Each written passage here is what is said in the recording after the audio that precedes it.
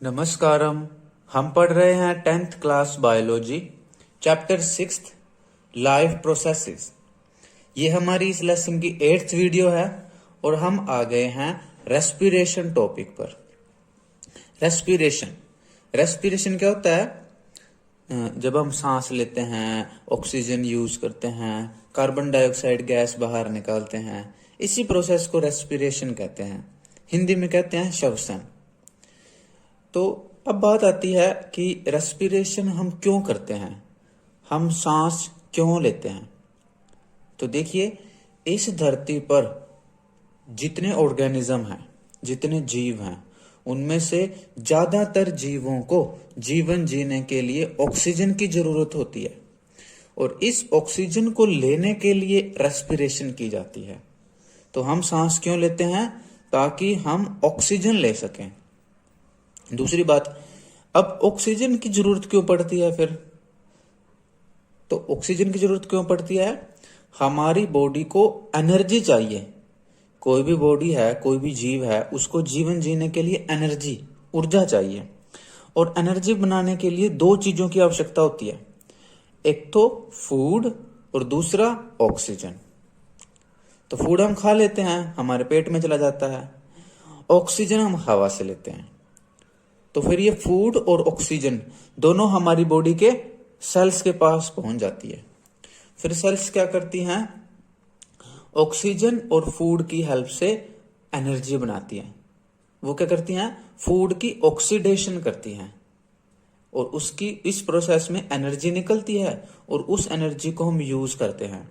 कहाँ कहाँ यूज करते हैं? बोलने में, चलने में, दौड़ने में, खेलने में, हंसने में, रोने में, पढ़ने में, देखने में, सुनने में। आप ये मेरी वीडियो देख रहे हो तो इसमें भी आपकी ऊर्जा खर्च हो रही है। हम सोते हैं, सोते समय भी हमारी एनर्जी खर्च होती है।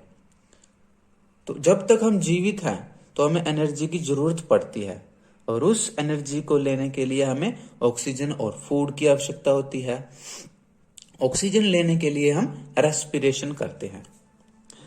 तो यहां पर रेस्पिरेशन को समझाने के लिए सबसे पहले एक्टिविटीज दिखाई हुई है। Activity 6.4, activity 6.5। तो पहले हम एक्टिविटी पढ़ लेते हैं और फिर पढ़ते पढ़ते आगे चलते हैं। Activity 6.4, take some freshly prepared lime water in a test tube. कि आप एक टेस्ट ट्यूब के अंदर फ्रेशली प्रिपेयर्ड यानी ताजा बना हुआ लाइम वाटर ले लीजिए। फ्रेशली प्रिपेयर्ड लाइम वाटर का मतलब है कि जब आप ये एक्सपेरिमेंट करो तो उस एक्सपेरिमेंट से कुछ समय पहले ही आपने बनाना है। ऐसा नहीं कि भी कई दिन पहले बनाया हुआ हो। कि आपने कोशिश करनी है, अगर आप बेहतर तरीके से एक्सपेरिमेंट करना चाहते हो तो एक्सपेरिमेंट शुरू करने से कुछ समय पहले ही आपने लाइम वाटर बनाना है। लाइम वाटर क्या होता है? इसको चूना का पानी भी कहते हैं। कैल्शियम ऑक्साइड को पानी में घोल देते हैं, ठीक है, उससे लाइम वाटर बन जाता है। लाइम वाटर का केमिकल फॉर्मूला होता है CaOH ट्वाइस। इसका नाम होता है, इसको लाइम वाटर भी कहते हैं, इसको स्लेक्ड लाइम भी कहते हैं, ठीक है, और इसको कैल्शियम हाइड्रोक्साइड भी कहते हैं। अभी मैं आगे दिखाऊंगा आपको। तो जैसे ये एक टेस्ट ट्यूब ले ली, ठीक है, और इसमें ताजा बना हुआ लाइम वाटर ले लिया। Blow air through this lime water. अब आपने क्या करना है? इस लाइम वाटर के अंदर हवा फूकनी है, यानी एयर को ब्लो करना है। तो जैसा इस डायग्राम में दिखा रखा है, आपने क्या करना है? कोई स्ट्रो ले लेनी है या फिर कोई पाइप जैसा कोई स्ट्रक्चर, कांच की पाइप ले लेनी है और उसमें फूक मारनी है। कहां तक जानी चाहिए फूक? इस लाइम वाटर के अंदर जानी चाहिए। Note how long it takes for the lime water to turn milky. और आपने नोटिस करना है कि ये लाइम वाटर होगा क्या? जब आप इसमें फूक मारते हो, ये लाइम वाटर धीरे धीरे दूध जैसा सफेद हो जाएगा, ठीक है। तो इसीलिए इसको बोलते हैं कि मिल्की हो गया, मिल्की वाइट हो गया। तो आपने नोटिस करना है कि कितनी देर बाद ये मिल्की हो जाता है, कितना टाइम लगता है इसको दूध जैसा सफेद होने में। तो आप जब एक्सपेरिमेंट को करोगे तो आप देखोगे कि जैसे ही आप इसमें फूक मारते हो, तुरंत ही इमीडिएटली ये मिल्की होना स्टार्ट कर देता है। ये आप पर डिपेंड करता है कि आप कितने जल्दी जल्दी फूंक मारते हो। अगर आप इसमें जल्दी जल्दी फूंक मारोगे तो क्या होगा, कुछ ही सेकंड में यानी 20 या 30 सेकंड के अंदर ही ये दूध जैसा सफेद हो जाएगा, मिल्की हो जाएगा। अब बात आती है कि आगे बढ़ने से पहले हम यही सोचते हैं कि दूध जैसा सफेद हो क्यों जाता है। एक्चुअली में क्या होता है, इसके पीछे एक केमिकल रिएक्शन होती है। कौन सी केमिकल रिएक्शन? ये वाली मैंने लिख रखी है, ये वाली केमिकल रिएक्शन होती है। देखिए, कैल्शियम हाइड्रोक्साइड CaOH ट्वाइस, इसी को क्या कहते हैं, लाइम वाटर। इसी का दूसरा नाम है स्लेक्ड लाइम, या इसका केमिकल फॉर्मूला का नाम है कैल्शियम हाइड्रोक्साइड। अब ये कैल्शियम हाइड्रोक्साइड तो लाइम वाटर के अंदर है। जब आप फूंक मारते हो तो हमारे हवा में क्या होती है, कार्बन डाइऑक्साइड गैस। ये carbon dioxide gas calcium hydroxide के साथ रिएक्ट करके क्या बनाती है, कैल्शियम कार्बोनेट कंपाउंड बनाती है। कैल्शियम कार्बोनेट, कैल्शियम कार्बोनेट क्या होता है, ये व्हाइट होता है, प्लस में वाटर बनाती है। वाटर तो टेस्ट ट्यूब में रह ही जाएगा, लेकिन ये कैल्शियम कार्बोनेट क्या है, व्हाइट है।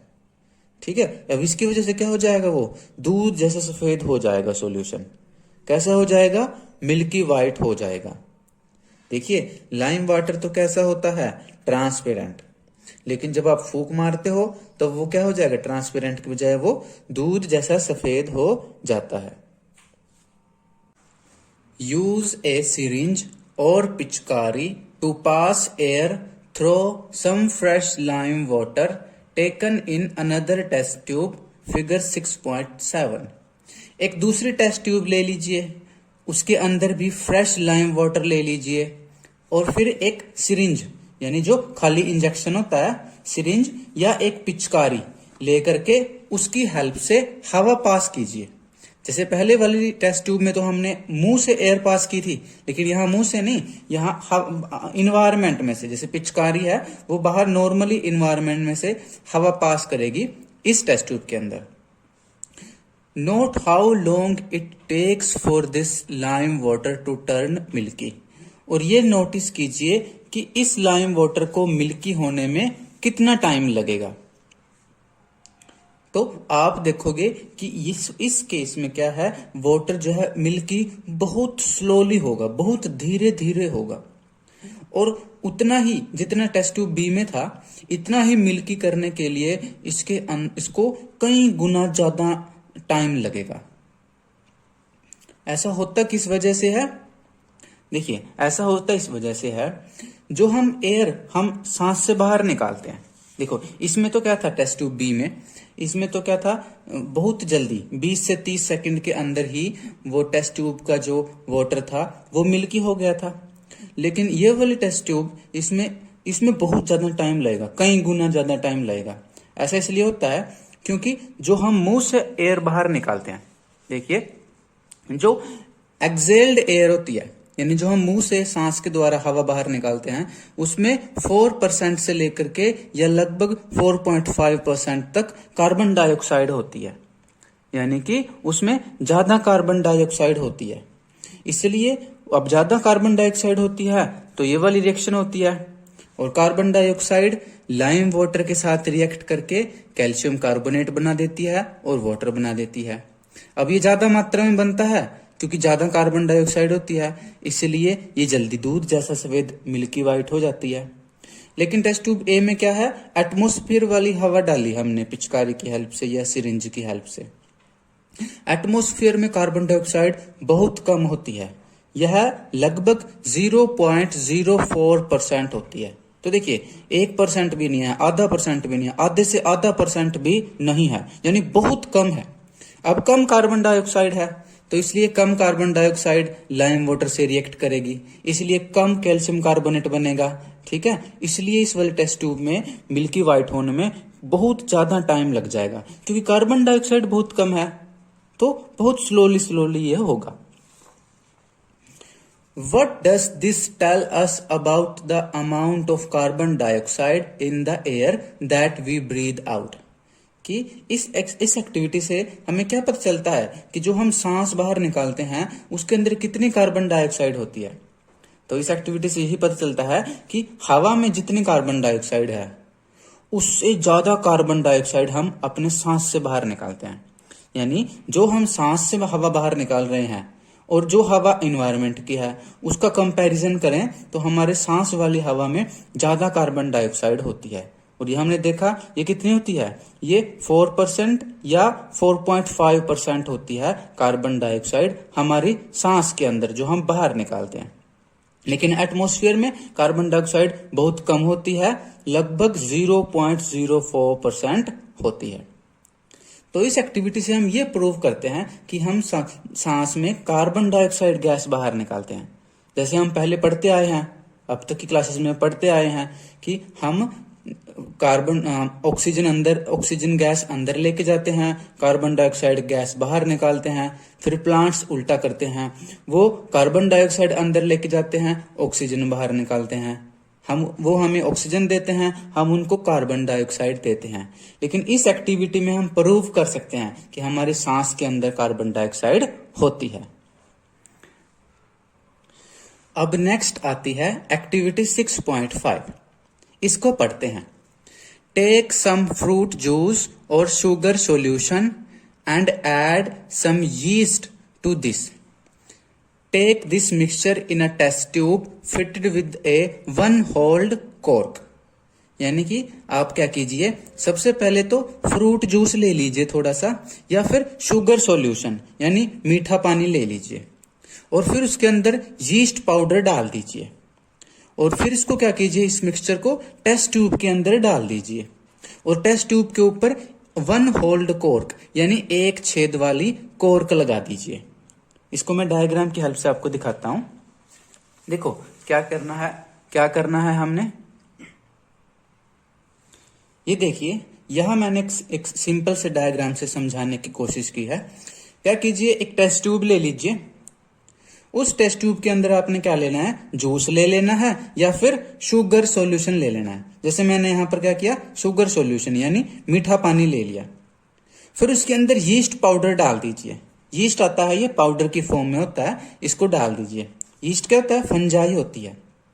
फिर इसके ऊपर क्या कर दीजिए, टेस्ट ट्यूब के ऊपर एक कॉर्क लगा दीजिए। ये कॉर्क है, कॉर्क मतलब ये एक रबड़ जैसा या प्लास्टिक का ढक्कन होता है, लेकिन इसके बीच में एक छेद होना चाहिए क्योंकि बाद में हमें उसकी जरूरत पड़ेगी। तो 1 होल वाला एक कॉर्क इस पर लगा दीजिए। इसको नाम दे दिया हमने टेस्ट ट्यूब ए। ठीक है। Fit the cork with A bent glass tube. अब इस कॉर्क के अंदर आप एक मुड़ी हुई ग्लास ट्यूब लगा दीजिए। देखिए जैसे कि ये डायग्राम में दिख भी रहा है, ये एक बैंड, ये एक ट्यूब है कांच की, इसके बीचों बीच गैस वगैरह कुछ चीज पास कर सकती है। तो ऐसे बैंड वाली यू शेप की इसमें इस होल में एक ट्यूब को फंसा दीजिए।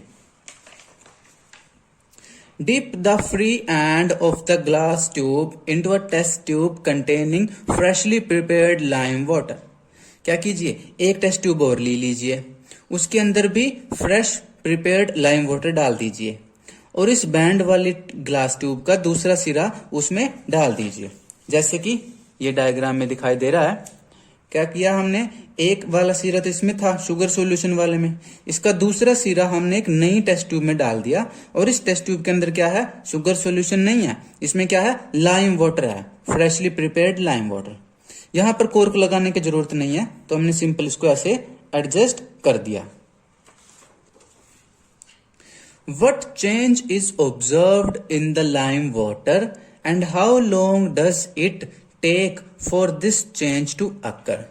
कि आप लाइम वाटर के अंदर क्या चेंज देखोगे। जो हमने दूसरे टेस्ट ट्यूब में लाइम वाटर डाला है उसमें आपको क्या कोई बदलाव दिखाई देगा, और इस चेंज को होने में कितना समय लगेगा।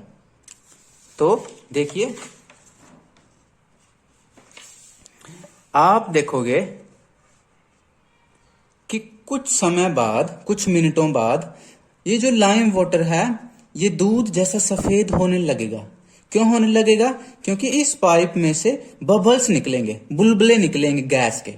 वो गैस के बुलबुले जैसे ही इसके अंदर एंटर करेंगे ये दूध जैसा सफेद हो जाएगा।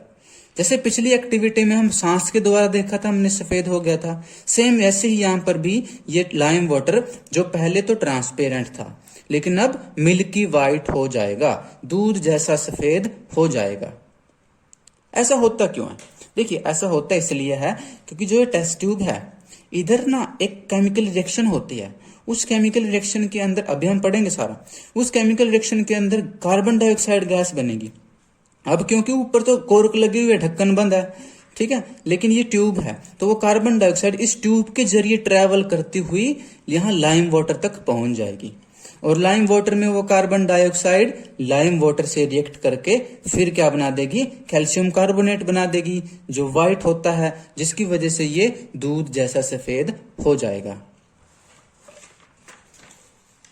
What does this tell us about the products of fermentation? अच्छा, चलो अभी हम पहले इसको और डिटेल में करते हैं। देखो यहाँ हुआ क्या है, यहाँ पर इस टेस्ट ट्यूब ए के अंदर जो मैं बात कर रहा हूं कि कोई प्रोसेस हुई है, वो कौन सी प्रोसेस हुई है? फर्मेंटेशन हुई है, फर्मेंटेशन। देखिए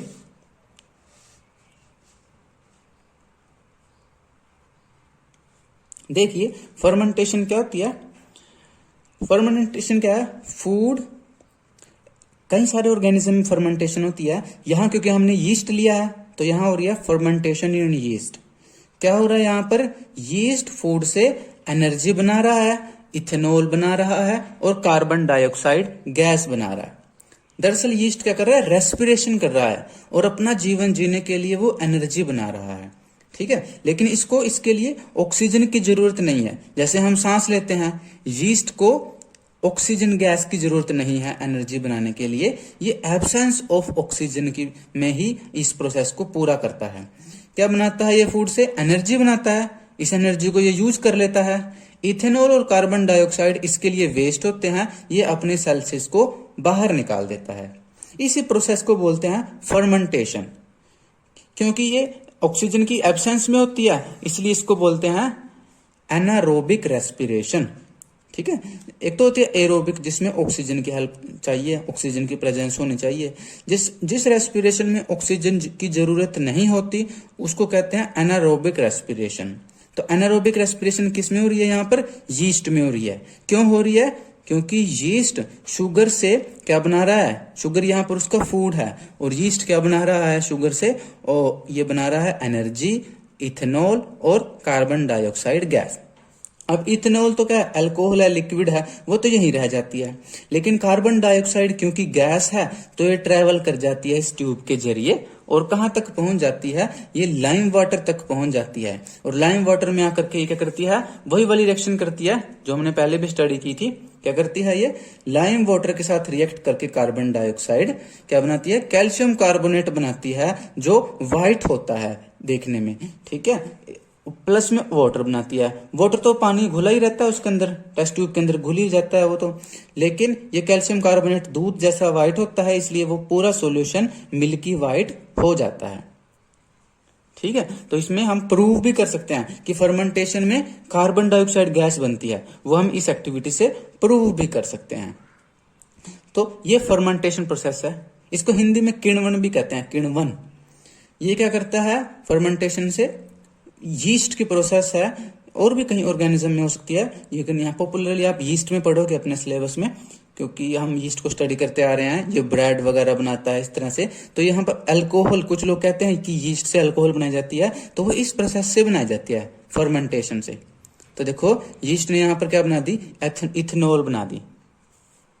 आपके सैनिटाइजर वगैरह में भी कई जगह यूज करते हैं इथेनॉल को, कई जगह इसको यूज कर सकते हैं, फैक्ट्रीज वगैरह में अलग अलग प्रोडक्ट्स में यूज कर सकते हैं। अभी तो ये भी अभी देखने में आ रहा है कि हम अपने भारत में पेट्रोल के अंदर इथेनॉल मिक्स करके इसको गाड़ियों में यूज करेंगे, और इसको कर भी रहे हैं यूज। तो इस प्रोसेस को कहते हैं fermentation. What does this tell us about the products of fermentation? कि इस प्रोसेस से हमें क्या पता चलता है कि फर्मेंटेशन के कौन से प्रोडक्ट होते हैं? तो हमने देखा फर्मेंटेशन के यहाँ पर 3 प्रोडक्ट हैं, energy, ethanol and carbon dioxide. Energy को यीस्ट यूज कर लेता है अपना जीवन जीने के लिए, अपने लाइफ प्रोसेसेस के लिए। इथेनॉल और कार्बन डाइऑक्साइड उसके लिए वेस्ट होते हैं। कार्बन डाइऑक्साइड गैस होती है, और वो ट्यूब से ट्रेवल करते हुए दूसरी टेस्ट ट्यूब में पहुंच जाती है। आया आपके समझ में? तो ये थी एक्टिविटी 6.5 इसमें हमने फर्मेंटेशन को समझा है, फर्मेंटेशन को पढ़ा है, ठीक है। और हमने ये भी देखा कि फर्मेंटेशन के अंदर कार्बन डाइऑक्साइड गैस बनती है और हम इसको प्रूव भी कर सकते हैं। तो ये हमारी एक्टिविटी कंप्लीट हो जाती है। अब हम आगे पढ़ते हैं। We have discussed nutrition in organisms in the last section, कि पीछे का जो सेक्शन है, हमने जो पिछली वीडियो आपने जो देखी है, हमने जो पढ़ा है, उसमें हमने न्यूट्रिशन के बारे में पढ़ा था कि कैसे जो ऑर्गेनिज्म है वो फूड कैसे लेते हैं, कौन सा फूड खा रहे हैं, है ना, सनलाइट से ले रहे हैं फूड या कहाँ से ले रहे हैं food. The food material taken in during the process of nutrition is used in cells to provide energy for various life processes। कि न्यूट्रिशन के दौरान जो ऑर्गेनिज्म फूड लेते हैं उसका यूज कहाँ किया जाता है, सेल्स के अंदर उसका यूज किया जाता है ताकि उससे एनर्जी बनाई जा सके। तो फूड जो भी हम खा रहे हैं, जो भी ऑर्गेनिज्म फूड खाता है, उसका यूज किया जाता है एनर्जी बनाने के लिए। Diverse organisms do this in different ways. अब ये एनर्जी जो फूड से बनाई जाती है वो अलग अलग ऑर्गेनिज्म अलग अलग तरीके से बनाते हैं। कैसे? Some use oxygen to break down glucose completely into carbon dioxide and water. कुछ ऑर्गेनिज्म में क्या किया जाता है, ग्लूकोज जो कि फूड से मिलता है हमें, ग्लूकोज से ऑक्सीजन की प्रेजेंस में ग्लूकोज का ब्रेक डाउन किया जाता है, उसको तोड़ दिया जाता है। किसमें? एनर्जी में, कार्बन डाइऑक्साइड में और वाटर में। तो इस प्रोसेस से कुछ लोग फूड से एनर्जी बनाते हैं। कैसे? ग्लूकोज का ब्रेक डाउन कर देते हैं ऑक्सीजन की प्रेजेंस में और क्या बनाते हैं, एनर्जी बनाते हैं, कार्बन डाइऑक्साइड बनाते हैं और वाटर बनाते हैं। और दूसरे ऑर्गेनिज्म में क्या होता है, some use other pathways that do not involve oxygen. और कुछ ऑर्गेनिज्म ऐसे हैं जो बिना ऑक्सीजन के यानी एब्सेंस ऑफ ऑक्सीजन में इस फूड से एनर्जी बना लेते हैं। जैसे हमने अभी यीस्ट के केस में देखा था, है ना। तो वो क्या है, जो एब्सेंस ऑफ ऑक्सीजन में एनर्जी बनाते हैं उसको बोलते हैं एनारोबिक रेस्पिरेशन। और जहां पर जिस रेस्पिरेशन में ऑक्सीजन की जरूरत होती है उसको बोलते हैं एरोबिक रेस्पिरेशन। ठीक है। अब हम चलेंगे फिगर 6.8 पर। तो यह है हमारा figure 6.8, break down of glucose by various pathways. यानी ग्लूकोज से एनर्जी किस तरह ली जाती है, किस तरह ली जाती है, ग्लूकोज का ब्रेक डाउन होता है। अब ये ग्लूकोज का ब्रेक डाउन कैसे कैसे होता है वो सब हम यहाँ स्टडी करते हैं। क्या है ग्लूकोज? ग्लूकोज क्या है, 6 कार्बन मोलिक्यूल, यानी ग्लूकोज के अंदर 6 कार्बन होते हैं। ग्लूकोज का केमिकल फॉर्मूला होता है C6H12O6। क्या होता है, C6H12O6। तो ग्लूकोज के अंदर 6 कार्बन होते हैं। अब सेल के अंदर जो साइटोप्लाज्म होता है वहां पर ग्लूकोज से क्या बनता है, पायरुवेट बनता है, पायरुवेट। तो ग्लूकोज के अंदर 6 कार्बन होते हैं, पायरुवेट के अंदर 3 कार्बन होते हैं। ठीक है।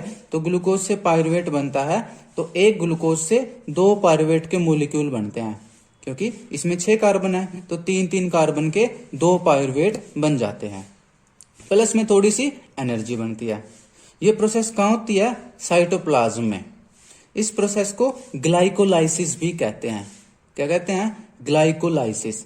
क्योंकि ग्लाइकोलाइसिस का मतलब होता है ग्लूकोज का टूटना, तो इसलिए इस प्रोसेस को कहते हैं ग्लाइकोलाइसिस। अब ये प्रोसेस तो होती है साइटोप्लाज्म में, सभी ऑर्गेनिज्म में। लेकिन इसके बाद क्या होता है, पायरुवेट से आगे फिर एनर्जी बनती है, लेकिन 3 अलग अलग प्रोसेसेस से। कैसे? एक तो यीस्ट में पढ़ते हैं, हम पहले यीस्ट का ही पढ़ लेते हैं क्योंकि अभी हम एक्टिविटी पढ़कर आए हैं। पायरुवेट से क्या होती है, एब्सेंस ऑफ ऑक्सीजन में, यानी ऑक्सीजन की एब्सेंस में पायरुवेट से क्या बनता है, ethanol, carbon dioxide and energy. ये कहाँ होती है, यीस्ट के अंदर। इथेनॉल क्या है, 2 कार्बन का एक मॉलिक्यूल होता है।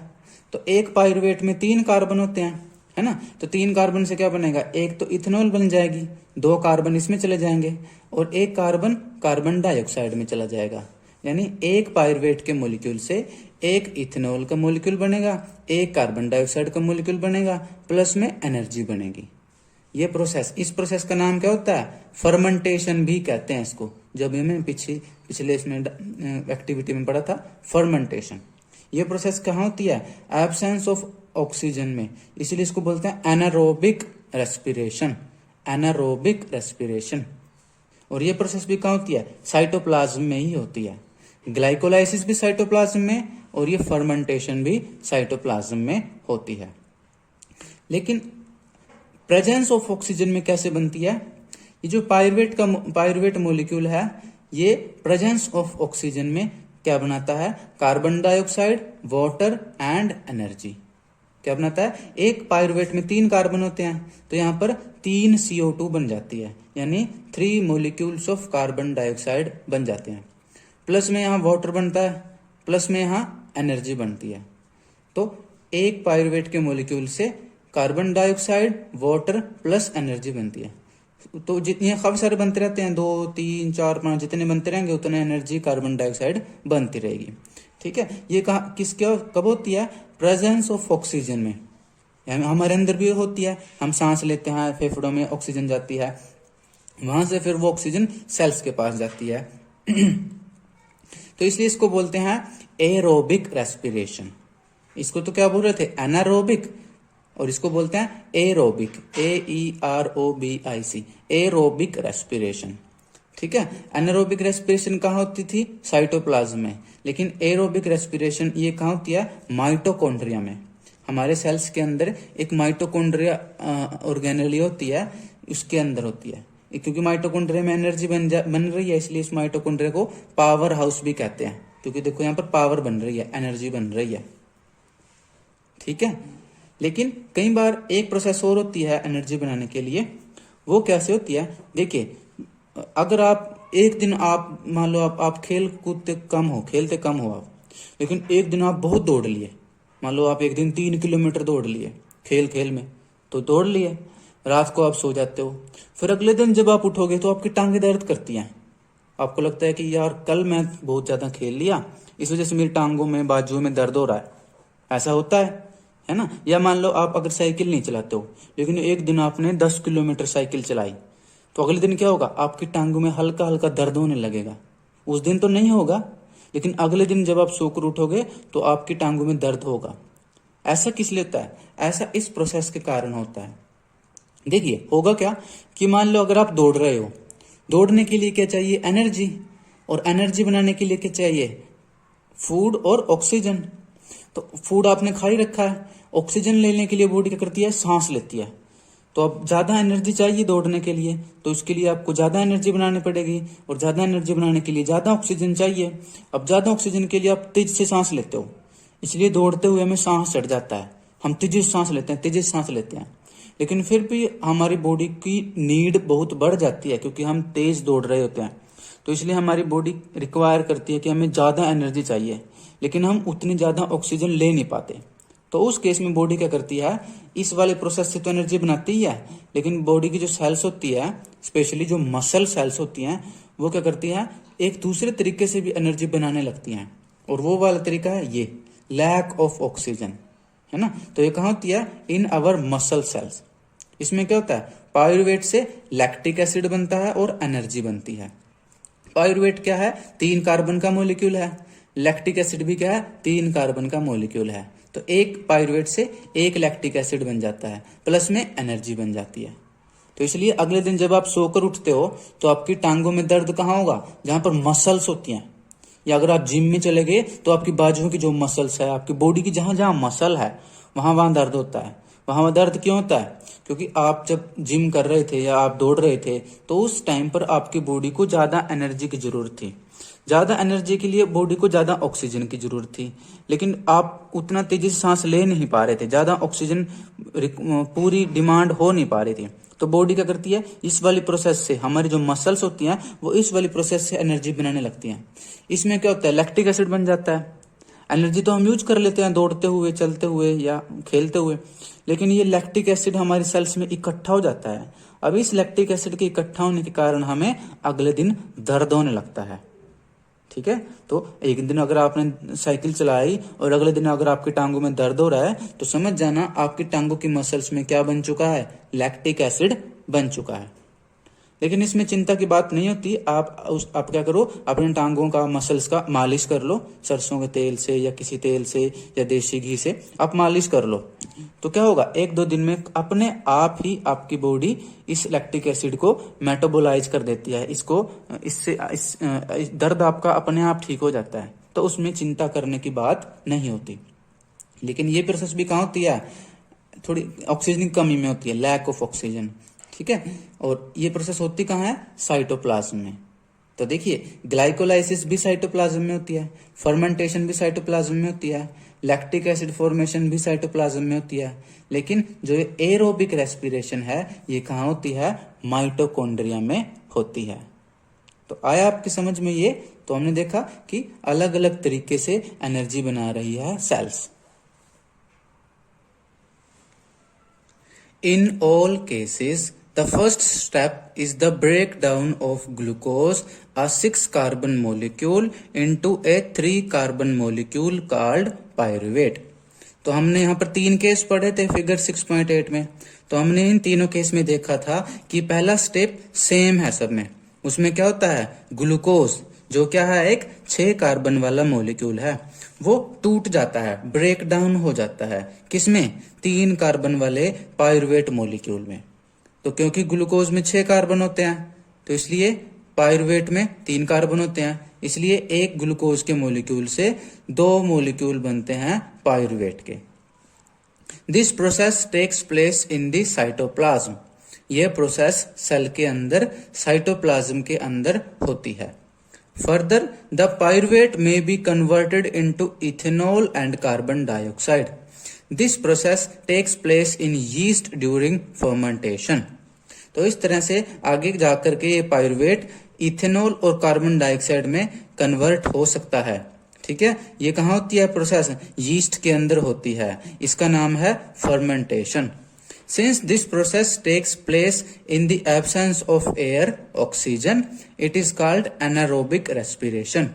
क्योंकि इस प्रोसेस में ऑक्सीजन की जरूरत नहीं होती, यानी एब्सेंस ऑफ ऑक्सीजन की, यानी एब्सेंस ऑफ एयर में ये हो जाती है, इसलिए इस प्रोसेस को बोलते हैं एनारोबिक रेस्पिरेशन।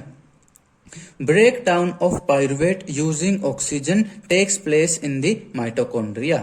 और पायरुवेट से ऑक्सीजन की प्रेजेंस में पायरुवेट का ब्रेक डाउन कहां पर होता है, माइटोकॉन्ड्रिया के अंदर होता है। This process breaks up the 3 carbon pyruvate molecule to give 3 molecules of carbon dioxide. कि माइटोकॉन्ड्रिया के अंदर ऑक्सीजन की प्रेजेंस में एक पायरुवेट के मोलिक्यूल से क्या बनते हैं, कार्बन डाइऑक्साइड के 3 मोलिक्यूल बनते हैं। क्योंकि पायरुवेट में 3 कार्बन होते हैं और एक कार्बन डाइऑक्साइड में 1 कार्बन होता है, तो इसलिए एक पायरुवेट से 3 कार्बन डाइऑक्साइड के मोलिक्यूल बन जाते हैं। The other product is water. और क्या बनता है, वाटर बनता है, ठीक है। इसके अलावा एनर्जी भी बनती है। Since this process takes place in the presence of air, oxygen, it is called aerobic respiration. क्योंकि ये रेस्पिरेशन जो है ऑक्सीजन की प्रेजेंस में होती है, इसलिए इसको बोलते हैं एरोबिक रेस्पिरेशन। हमारे अंदर होती है ये, है ना, तभी हम सांस लेते हैं। अब देखो यीस्ट के अंदर ये ऑक्सीजन की जरूरत नहीं होती, वो अपने खाने से एब्सेंस ऑफ ऑक्सीजन में ही फूड बनाता है। The release of energy in this air, इसका मतलब क्या है, यीस्ट को अगर आप कहीं ऐसी जगह बंद कर दो जहां पर एयर नहीं है, ऑक्सीजन नहीं है, तो उसको कोई फर्क नहीं पड़ता, ठीक है। The release of energy in this aerobic process is a lot greater than in the anaerobic process. कि एरोबिक प्रोसेस में ज्यादा एनर्जी बनती है, एनारोबिक प्रोसेस में कम एनर्जी बनती है। जहां पर ऑक्सीजन की प्रेजेंस में एनर्जी बनती है वहां पर ज्यादा एनर्जी बनती है, जहां पर ऑक्सीजन की एब्सेंस में एनर्जी बनती है वहां पर कम एनर्जी बनती है। Sometimes when there is a lack of oxygen in our muscle cells, another pathway for the breakdown of pyruvate is taken. कि कभी कभी जब ऑक्सीजन की कमी हो जाती है हमारी मसल सेल के अंदर, तो वहां पर क्या होता है, पायरुवेट के ब्रेकडाउन का एक दूसरा रास्ता अपनाया जाता है। Here the pyruvate is converted into lactic acid which is also a 3 carbon molecule. यहाँ पर क्या होता है, मसल सेल्स के अंदर पायरुवेट से लैक्टिक एसिड बनाया जाता है। तो जैसे पायरुवेट 3 कार्बन का बना होता है, उसी प्रकार लैक्टिक एसिड में भी 3 कार्बन होते हैं, इसलिए एक पायरुवेट से एक लैक्टिक एसिड का मोलिक्यूल बन जाता है। This build up of lactic acid in our muscles during sudden activity causes cramps. कि जब हम, जैसे मैंने बात की थी कि जब हम साइकिल वगैरह तेज चला लेते हैं या कई दिनों बाद खेलते हैं, तो अगले दिन हमारी मसल्स में दर्द होने लगता है। उसी को क्या कहते हैं, क्रैम्प्स कहते हैं। हमारे मसल्स में क्रैम्प होने लगता है। ये क्यों होता है, क्योंकि हमारी मसल सेल्स के अंदर लैक्टिक एसिड बिल्डअप हो जाता है, लैक्टिक एसिड इकट्ठा हो जाता है। उसके बाद था ये हमारा फिगर 6.8, ये तो हमने पढ़ लिया था। इसे आगे पढ़ते हैं। The energy released during cellular respiration is immediately used to synthesize a molecule called ATP। कि हमारी सेल्स के अंदर जो एनर्जी बनती है रेस्पिरेशन से, चाहे वो ये एब्सेंस ऑफ ऑक्सीजन या प्रेजेंस ऑफ ऑक्सीजन जैसे भी बन रही हो, अब उस एनर्जी से क्या बना लिया जाता है, एटीपी बना लिए जाते हैं। एटीपी क्या है, एक तरह से एनर्जी के पैकेट होते हैं, एनर्जी के मोलिक्यूल होते हैं, which is use to fuel all other activities in the cells. अब सेल के अंदर कहीं पर भी कुछ भी एक्टिविटी हो रही है, अब वहां पर जब एनर्जी की जरूरत होती है तो वहां ये एनर्जी यूज की जाते हैं, यानी कि वहां पर एटीपी खर्च होते हैं, एटीपी यूज होते हैं। In these processes, ATP is broken down, giving rise to a fixed amount of energy, which can drive the endothermic reactions taking place in the cell. अब जहां पर भी सेल्स में कोई काम हो रहा है, कोई प्रोसेस हो रही है, तो वहां पर ये एटीपी यूज की जाते हैं। कैसे यूज की जाते हैं, ये एटीपी ब्रोकन डाउन, तोड़ दी जाते हैं, जिससे इसके अंदर से एनर्जी निकलती है, और उस एनर्जी से केमिकल रिएक्शंस यूज कर लेते हैं उस एनर्जी को। तो ऐसी केमिकल रिएक्शन जो एनर्जी को यूज करके फिर होती हैं, उनको बोलते हैं एंडोथर्मिक रिएक्शंस। ठीक है, यानी ऐसी केमिकल रिएक्शन जिसको करवाने के लिए आपको बाहर से एनर्जी देनी पड़ेगी, उसको बोलते हैं एंडोथर्मिक रिएक्शंस। तो एंडोथर्मिक रिएक्शंस में कौन यूज होते हैं, एनर्जी यूज होती है, और वो एनर्जी कहां से मिलती है, एटीपी से। तो यहाँ यही लिखा हुआ है कि एंडोथर्मिक रिएक्शन कराने के लिए एटीपी यूज की जाते हैं। इसके अलावा एक इसका अपोजिट होता है, उसको बोलते हैं एक्सोथर्मिक रिएक्शन। एक्सोथर्मिक रिएक्शन किसको कहते हैं, जब किसी केमिकल रिएक्शन में एनर्जी बाहर निकले उसको एक्सोथर्मिक कहते हैं। जब एनर्जी अंदर जाए, यूज हो जाए केमिकल रिएक्शन में, उसको बोलते हैं एंडोथर्मिक रिएक्शन। और जिस केमिकल रिएक्शन में एनर्जी बाहर निकले उसको बोलते हैं एक्सोथर्मिक केमिकल रिएक्शन। देखिए यहाँ पर एक येलो कलर का बॉक्स आ जाता है, इस पे लिखा हुआ है मोर टू नो, है ना, कि थोड़ा और जान लीजिए आप। तो यहाँ पर ये क्या बताता है, हमें एटीपी के बारे में बताता है, जो एनर्जी के पैकेट की हम बात कर रहे थे उसके बारे में बताता है। देखिए एटीपी की फुल फॉर्म होती है एडिनोसाइन ट्राइफॉस्फेट। क्या होती है, एडिनोसाइन ट्राइफॉस्फेट। ट्राई मतलब 3, यानी कि यहाँ पर 3 फॉस्फोरस होते हैं या 3 फॉस्फेट ग्रुप होते हैं। क्या फुल फॉर्म होती है, एडिनोसाइन ट्राइफॉस्फेट। जैसे बिस्कुट के पैकेट होते हैं, उसी तरह से ये एनर्जी के पैकेट होते हैं। बिस्कुट का नाम सुन के भूख लग रही है थोड़ी थोड़ी। ATP is the energy currency for most cellular processes, यानी कि ज्यादातर सेल्स के अंदर जो एनर्जी की करेंसी होती है वो एटीपी होती है। जैसे हमारे भारत में क्या करेंसी है पैसों की, रुपया, है ना, रुपया चलता है हर जगह। आप स्कूल में फीस देते हो, आप चीज खाना खाते हो, जो खरीदते हो कहीं से भी, फ्रूट खरीदते हो, है ना, पेट्रोल डीजल डलवाते हो, तो रुपया देते हो। तो उसी तरह से सेल्स के अंदर क्या चलते हैं, एटीपी चलते हैं, एटीपी खर्च होते हैं। एक केमिकल रिएक्शन, हाँ भाई यहाँ पर 3 एटीपी खर्च होंगे। ये केमिकल रिएक्शन यहाँ पर 5 एटीपी खर्च होंगे। कहीं पर एटीपी खर्च होते हैं, कहीं पर एटीपी बनते हैं। तो सेल्स के अंदर एनर्जी करेंसी क्या है, ATP. The energy released during the process of respiration is used to make an ATP molecule from ADP and inorganic phosphate. कि अब ये ATP बनाए कैसे जाते हैं कि रेस्पिरेशन प्रोसेस से जो एनर्जी बनती है उस एनर्जी से ATP बनाया जाता है। कैसे बनाया जाता है ATP? ADP और इनऑर्गेनिक फोस्फेट। ADP की फुल फॉर्म होती है एडिनोसाइन डाइफॉस्फेट। क्या होती है? Adenosine diphosphate. डाई मतलब दो, यानी इस पे दो फॉस्फेट होते हैं और एक ये इनऑर्गेनिक फोस्फेट होता है। तो ये इनऑर्गेनिक फोस्फेट भी इसमें जोड़ दिया जाता है, तो अब इसके पास हो जाते हैं 3 फोस्फेट, इसलिए इसको बोलते हैं ATP, यानी कि एडिनोसाइन ट्राइफॉस्फेट बन जाता है। जैसे यहां दिखा रखा है, एक ADP का मॉलिक्यूल, एक फोस्फेट इनऑर्गेनिक फोस्फेट यानी अलग अलग से एक फोस्फेट है। एनर्जी आई रेस्पिरेशन से, एनर्जी से क्या होगा? ये फोस्फेट इसमें जुड़ जाएगा, तो ADP में एक फोस्फेट और जुड़ गया, तो क्या बन गया? 3 फोस्फेट हो गए इसके पास, तो ये बन गया ATP, adenosine triphosphate. Endothermic processes, यहाँ पर ये लिख रहा था P, यहाँ पर क्या है? फोस्फेट के लिए सिंबल है P, मतलब phosphate. Endothermic processes in the cell then use these ATP to drive the reactions. Endothermic processes कौन सी होती हैं? ऐसी प्रोसेसेस जिसमें एनर्जी एब्जॉर्ब होती है, जिसमें एनर्जी खर्च होती है।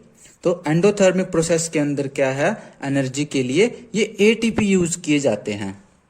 When the terminal phosphate linkage in ATP is broken using water, the energy equivalent to 30.5 kilo joule पर mole is released.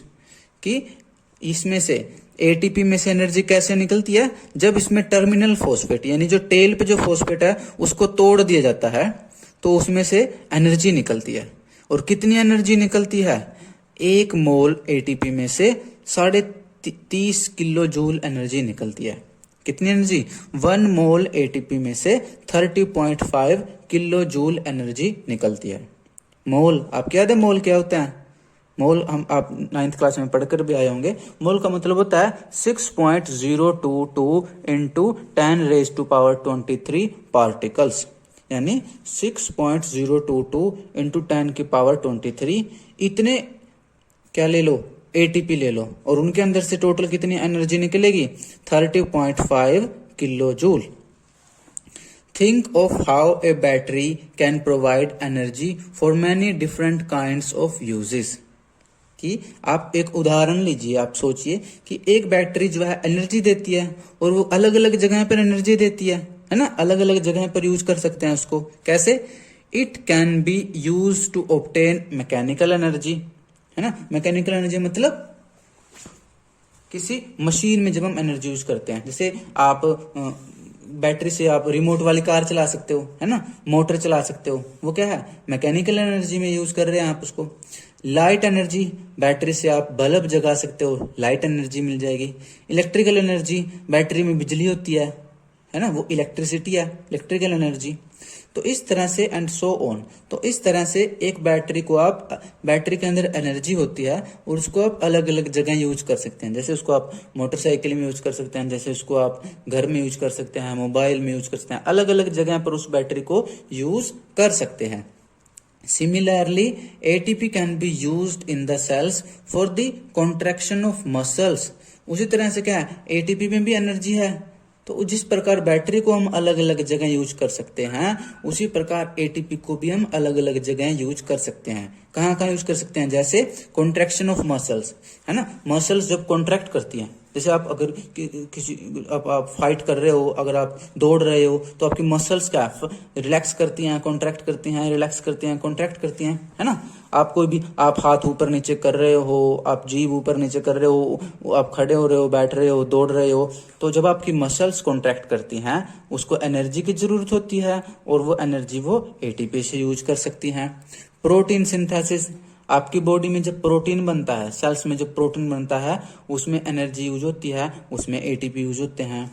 Conduction of nerve impulses, nerve impulses क्या है? जो हमारी बॉडी से ब्रेन में सिग्नल जाते हैं और फिर ब्रेन से हमारी बॉडी में सिग्नल वापस आते हैं। इन सिग्नल में भी क्या है? एटीपी यूज होते हैं एंड मैनी अदर एक्टिविटीज, और भी कई सारी एक्टिविटीज हैं जहां पर ये एटीपी यूज होते हैं। देखिए, हमें जीवन जीने के लिए एनर्जी की जरूरत होती है।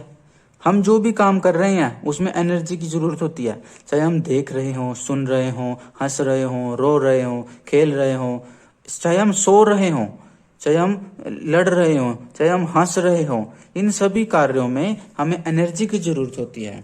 और ये एनर्जी हमें कहाँ से मिलती है? फूड से। फूड से क्या बनते हैं? एटीपी। तो एटीपी हमें हर जगह यूज करने पड़ते हैं। जैसे अगर आप मेरी वीडियो देख रहे हो तो आप इसमें आपकी एनर्जी खर्च हो रही है, और ये एनर्जी आपको कौन प्रोवाइड करा रहा है? एटीपी प्रोवाइड करा रहे हैं। वही एटीपी जो आपकी बॉडी ने आपके फूड से बनाए थे। Since the aerobic respiration pathway depends on oxygen, aerobic organisms need to ensure that there is sufficient intake of oxygen। क्योंकि जो एरोबिक रेस्पिरेशन में ऑक्सीजन की जरूरत होती है, इसलिए जो एरोबिक ऑर्गेनिज्म होते हैं उनको ये ध्यान रखना पड़ता है कि उनको ऑक्सीजन की पर्याप्त मात्रा मिलती रहे। We have seen that plants exchange gases through stomata. हमने ये देखा है, हमने ये पढ़ा है कि जो प्लांट्स होते हैं वो स्टोमेटा के जरिए गैस एक्सचेंज करते हैं। क्या करते हैं? स्टोमेटा क्या होते हैं? लीफ के सरफेस पे नीचे की साइड पर बेसिकली छेद होते हैं, पोर्स होते हैं, उनके थ्रू वो गैसेस एक्सचेंज करते हैं। क्या करते हैं? वो बाहर से कार्बन डाइऑक्साइड अंदर लेके जाते हैं और अंदर से ऑक्सीजन बाहर रिलीज करते हैं। And the large intercellular spaces ensure that all cells are in contact with air। और प्लांट्स के अंदर भी जो सेल्स होती हैं उनके बीच में थोड़ा थोड़ा स्पेस होता है, थोड़ा थोड़ा गैप होता है, जिसकी वजह से क्या होती है? वो भी एयर के कांटेक्ट में रहती है। जैसे स्टोमेटा से एयर अंदर आई और अंदर जाकर के सेल्स के बीच में थोड़ा थोड़ा स्पेस होता है कुछ जगहों पर, जहां पर एयर जो है वो सेल्स को टच कर सकती है। Carbon dioxide and oxygen are exchanged by diffusion here. और यहाँ पर क्या होता है? यानी कि सेल्स के बीच में जहां पर गैप होता है वहां पर एयर चली जाती है और वहां पर क्या करती है? सेल्स कार्बन डाइऑक्साइड और ऑक्सीजन को एक्सचेंज करती है डिफ्यूजन प्रोसेस से। डिफ्यूजन प्रोसेस क्या होती है? The movement of particles from higher concentration to lower concentration is called as diffusion. यानी कि एक जगह पर जो है पार्टिकल्स ज्यादा हैं और दूसरी जगह पर पार्टिकल्स कम है, तो ज्यादा वाली जगह से कम वाली जगह में पार्टिकल ट्रेवल कर जाते हैं। इसी प्रोसेस को कहते हैं डिफ्यूजन। क्या होता है कि सेल्स के अंदर ऑक्सीजन बनती है फोटोसिंथेसिस प्रोसेस से प्लांट के अंदर, तो अब बाहर कम ऑक्सीजन होती है, तो सेल्स के अंदर से ऑक्सीजन बाहर निकल आती है। प्लस में क्या है? सेल्स के अंदर तो कार्बन डाइऑक्साइड यूज हो जाती है फोटोसिंथेसिस प्रोसेस में, इसलिए सेल्स के अंदर कार्बन डाइऑक्साइड कम होती है, सेल्स से बाहर कार्बन डाइऑक्साइड ज्यादा होती है। तो बाहर से कार्बन डाइऑक्साइड सेल के अंदर चली जाती है डिफ्यूजन प्रोसेस से, और सेल के अंदर से ऑक्सीजन बाहर निकल आती है डिफ्यूजन प्रोसेस की हेल्प से। इसीलिए तो हम पढ़ते हैं कि प्लांट्स क्या करते हैं? कार्बन डाइऑक्साइड अंदर ले लेते हैं और ऑक्सीजन बाहर निकाल देते हैं। They can go into cells or away from them and out into the air। कि ये जो सेल्स ऑक्सीजन की या कार्बन डाइऑक्साइड गैस के मॉलिक्यूल हैं वो क्या करते हैं? सेल्स के अंदर जाते हैं, है ना। जैसे सेल्स के अंदर कार्बन डाइऑक्साइड जाती है, सेल से बाहर निकलते हैं, जैसे सेल से बाहर ऑक्सीजन निकल जाती है और फिर वो ऑक्सीजन कहाँ चली जाती है? आउट इन द एयर, यानी हवा में चली जाती है। The direction of diffusion depends upon the environmental conditions and the requirements of the plant. कि अब डिफ्यूजन किस डायरेक्शन में होगा? कोई गैस जो है सेल के अंदर जाएगी या सेल से बाहर निकलेगी, ये डिपेंड करता है कि इन्वायरमेंट की कंडीशन कैसी है और प्लांट की जरूरत क्या है। जैसे जब प्लांट को कार्बन डाइऑक्साइड की जरूरत होती है तो वो कार्बन डाइऑक्साइड अंदर ले लेता है, कभी कभी प्लांट को ऑक्सीजन की भी जरूरत भी पड़ जाती है तो वो बाहर से ऑक्सीजन भी ले लेता है। देखो आपने सुना होगा कुछ प्लांट्स क्या करते हैं, दिन में तो कार्बन डाइऑक्साइड गैस को यूज करते हैं, ऑक्सीजन बाहर निकालते हैं। रात को वो क्या करते हैं, ऑक्सीजन गैस को यूज करते हैं और कार्बन डाइऑक्साइड गैस बाहर निकालते हैं, है ना। क्या ऐसे, चलो अब आगे पढ़ते हैं, फिर बताता हूं ऐसा क्यों होता है। At night when there is no photosynthesis occurring, carbon dioxide elimination is the major exchange activity going on. कि देखिए रात के समय क्या होता है, फोटोसिंथेसिस नहीं होती। अब फोटोसिंथेसिस प्रोसेस में ही तो कार्बन डाइऑक्साइड यूज होती है, ऑक्सीजन गैस बनती रिलीज होती है। लेकिन जब रात में धूप ही नहीं होती, सूर्य का प्रकाश नहीं होता, इसलिए रात में फोटोसिंथेसिस नहीं होती, इसलिए रात में क्या है, ऑक्सीजन गैस नहीं बनती। रात में क्या है, प्लांट जो है कार्बन डाइऑक्साइड गैस ही बनाता है। During the day carbon dioxide gas generated during respiration is used up for photosynthesis, hence there is no carbon dioxide release। देखिए प्लांट के अंदर भी रेस्पिरेशन तो होती है, प्लांट जो अपना फूड खुद बनाता है, अब उस फूड से जब वो दोबारा एनर्जी लेता है तो उस केस में क्या करता है, प्लांट के अंदर भी कार्बन डाइऑक्साइड गैस बनती है। लेकिन दिन के टाइम पर तो क्या होता है, फोटोसिंथेसिस प्रोसेस होती है और प्लांट जो कार्बन डाइऑक्साइड गैस बनाता है उसको वो फोटोसिंथेसिस प्रोसेस में यूज कर लेता है, और प्लस में वो बाहर से भी, इन्वायरमेंट से भी कार्बन डाइऑक्साइड को यूज कर लेता है। लेकिन रात में क्या होता है, फोटोसिंथेसिस बंद हो जाती है, रात में सिर्फ प्लांट रेस्पिरेशन करता है, इसलिए रात में जो कार्बन डाइऑक्साइड बनती है उसको प्लांट यूज नहीं कर पाता, इसलिए उसको प्लांट बाहर निकाल देता है। इसलिए कुछ लोग कहते हैं कि रात के समय पेड़ के नीचे सोने के बजाय हमें पेड़ से थोड़ा सा दूर सोना चाहिए, क्योंकि पेड़ रात में कार्बन डाइऑक्साइड रिलीज करता है, दिन में वो ऑक्सीजन रिलीज करता है। दिन में हमें पेड़ के नीचे आराम से मजे में बैठना चाहिए। Instead oxygen release is the major event at this time. ठीक है, कि दिन के समय तो क्या है, ऑक्सीजन रिलीज करता है प्लांट, लेकिन रात के समय क्या है, प्लांट कार्बन डाइऑक्साइड रिलीज करता है।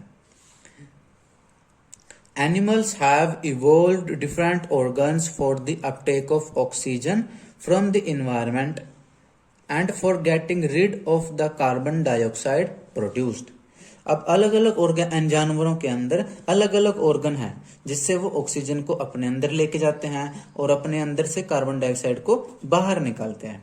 जैसे terrestrial animals can breathe the oxygen in the atmosphere.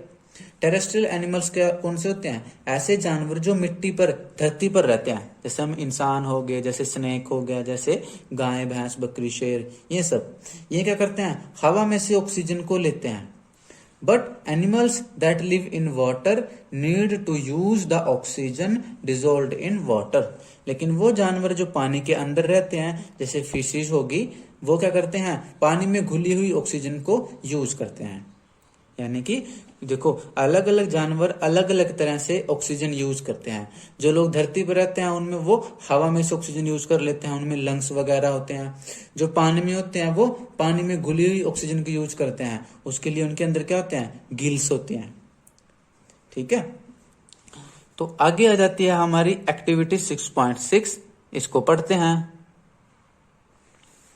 Activity 6.6 observe fish in an aquarium. कि एक एक्वेरियम के अंदर मछलियों को ध्यान से देखिए। आपने एक्वेरियम देखा होगा, कुछ लोग घरों में कांच का बना हुआ एक एक्वेरियम रखते हैं, बॉक्स रखते हैं जिसमें पानी रखते हैं और सजावट के लिए या मछलियों को उसमें पालते हैं। They open and close their mouths and the gill slits और the operculum which covers the gill slits behind their eyes also open and close. कि आप एक एक्वेरियम में फिश को ऑब्जर्व कीजिए, आप देखोगे कि मछलियां क्या करती हैं, अपना मुंह खोलती रहती हैं और मुंह बंद करती रहती हैं। और जो गिल स्लिट्स होते हैं, है ना, जो ओपरकुलम होता है, गिल स्लिट्स जो होते हैं उनको भी वो बंद करती रहती हैं और खोलती रहती हैं। क्या कह रहा है यहाँ पर, देखिए ये मैंने एक सिंपल सा एक फिश का डायग्राम बनाया है। तो ये जो फिश है, देखो ये यहाँ पर माउथ होता है और यहाँ पर एक ना फ्लैप, एक ढक्कन जैसा स्ट्रक्चर होता है, एक ढक्कन सा होता है फ्लैप। ठीक है, ये ऐसे खुल जाता है, इसको बोलते हैं ओपरकुलम। ओपरकुलम ऐसे उठ जाता है, उसके अंदर नीचे पोर्स होते हैं, छेद होते हैं, जिनको बोलते हैं गिल्स। तो आप देखोगे मछलियां माउथ खोलती रहती हैं, बंद करती रहती हैं, ये ओपरकुलम या फिर गिल्स खोलती रहती हैं, बंद करती रहती हैं। Are the timings of the opening and closing of the mouth and gill slits coordinated in some manner? कि क्या जो फिश हैं वो अपने माउथ को और अपने गिल स्लिट्स को ओपन और क्लोज करती हैं, क्या वो एक कोऑर्डिनेशन में करती हैं? क्या वो एक रिदम में करती हैं? तो इसका आंसर है यस। वो क्या करती हैं, जब आप फिश को देखते हो तो एक्चुअल में वो क्या करती हैं, फिशेज माउथ में से क्या वाटर लेकर आती हैं वो, ठीक है। जब वो माउथ में से वाटर लेकर आती हैं तो वो ओपरकुलम को या गिल्स को बंद कर लेती हैं, पानी को मुंह में भर लेती हैं, फिर उसके बाद माउथ को बंद कर देती हैं और फिर गिल्स को खोल देती हैं और फिर पानी को यहाँ निकाल देती हैं। ऐसा वो क्यों करती हैं? ऐसा वो इसलिए करती हैं क्योंकि माउथ पानी के अंदर ऑक्सीजन घुली होती है। तो जब वो मुंह से पानी को लेकर आती हैं, इनके अंदर नाक नहीं आती, तो जब वे मुंह से पानी लेकर आती हैं तो वो फिर ये इस ओपरकुलम को बंद कर लेती हैं और सारा पानी अपने यहाँ पर मुंह में भर लेती हैं। फिर ये मुंह को बंद कर लेती हैं और उस पानी को गिल्स से बाहर निकालती हैं। तो क्या होता है, गिल्स में ब्लड सप्लाई होती है, तो पानी के अंदर जो ऑक्सीजन होती है वो गिल्स में से कहाँ चली जाती है, ब्लड में चली जाती है, और ब्लड में जो कार्बन डाइऑक्साइड होती है वो पानी में आ जाती है। तो जब ये पानी बाहर निकलता है, इसके अंदर ऑक्सीजन तो कम होती है, कार्बन डाइऑक्साइड ज्यादा होती है, क्योंकि ऑक्सीजन तो ब्लड में चली जाती है और ब्लड के अंदर से कार्बन डाइऑक्साइड इसके अंदर आ जाती है। तो ये रेस्पिरेशन कर रही है एक तरह से, जैसे हम सांस लेते हैं उसी प्रकार ये भी सांस ले रही है। हम नाक से ले रहे हैं, ये मुंह से लेती है। हम हवा में लेते हैं, ये पानी से लेती है। तो क्या करती है, पहले माउथ को खोलती है, फिर जब माउथ को खोलती है तो ओपरकुलम बंद होता है, फिर माउथ को बंद कर लेती है, फिर ओपरकुलम खोलती है, फिर ओपरकुलम को बंद कर लेती है, फिर माउथ को खोलती है। इस तरह से ये कोऑर्डिनेटेड वे में चलता है।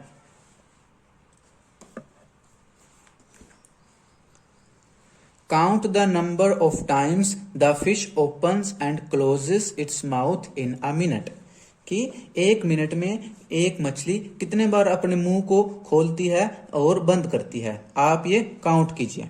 यानी कि ये कह रहा है कि एक मिनट में मछली कितने बार सांस ले रही है, यानी कि मछली का रेस्पिरेटरी रेट कितना है।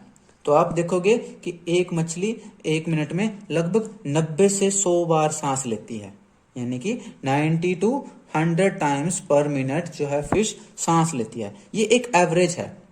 कुछ फिश थोड़ा कम ले लेती है, 90 से कम भी ले लेते हैं, कोई 50 भी ले लेती है? और कई बार कोई फिश 90 या 100 से ज्यादा बार भी सांस लेती है। तो ये मैं एक एवरेज बता रहा हूं कि फिशेस क्या करती हैं, 90 to 100 टाइम्स पर मिनट अपना मुंह खोलती हैं या फिर रेस्पिरेशन करती हैं। Compare this to the number of times you breathe in and out in a minute. आप इसकी तुलना अपने आप से कीजिए कि आप एक मिनट में कितनी बार सांस लेते हो। तो एक इंसान लगभग आमतौर पर एक मिनट में 12 से 18 बार सांस लेता है, यानी 12 to 18 टाइम्स पर मिनट सांस लेता है। अब मछलियां 90 से 100 बार सांस लेती हैं लगभग, और इंसान 12 से 18 बार सांस लेता है। तो यानी क्या है, मछलियां ज्यादा सांस लेती हैं, इंसान कम लेता है। यानी मछलियों का रेस्पिरेटरी रेट ज्यादा है और ह्यूमन का रेस्पिरेटरी रेट स्लो है। हालांकि जब ये आप कम ज्यादा भी सांस ले सकते हो, जैसे अगर आप योगा कर रहे हो और धीरे धीरे सांस लेके जा रहे हो, प्राणायाम कर रहे हो, धीरे धीरे बाहर निकाल रहे हो, तो आप एक मिनट में और कम सांस लेते हो, 12 से भी नीचे 8, 6 तक आपका पहुंच जाता है। और कई बार जब आप दौड़ते हो तो आपकी सांस तेज हो जाती है, तब आप 18 से ज्यादा सांस भी लेते हो, 25 या 30 तक भी। ऐसे आप जितना तेज दौड़ते हो तो आपकी सांस लेने की स्पीड भी तेज हो जाती है। अब ऐसा होता क्यों है कि मछलियां जो हैं वो 90 से 100 टाइम्स सांस ले रही हैं और इंसान 12 से 18 बार सांस ले रहा है? इसकी वजह है कि क्योंकि हवा में ऑक्सीजन ज्यादा होती है। कितनी ऑक्सीजन होती है हवा में? 21% ऑक्सीजन होती है।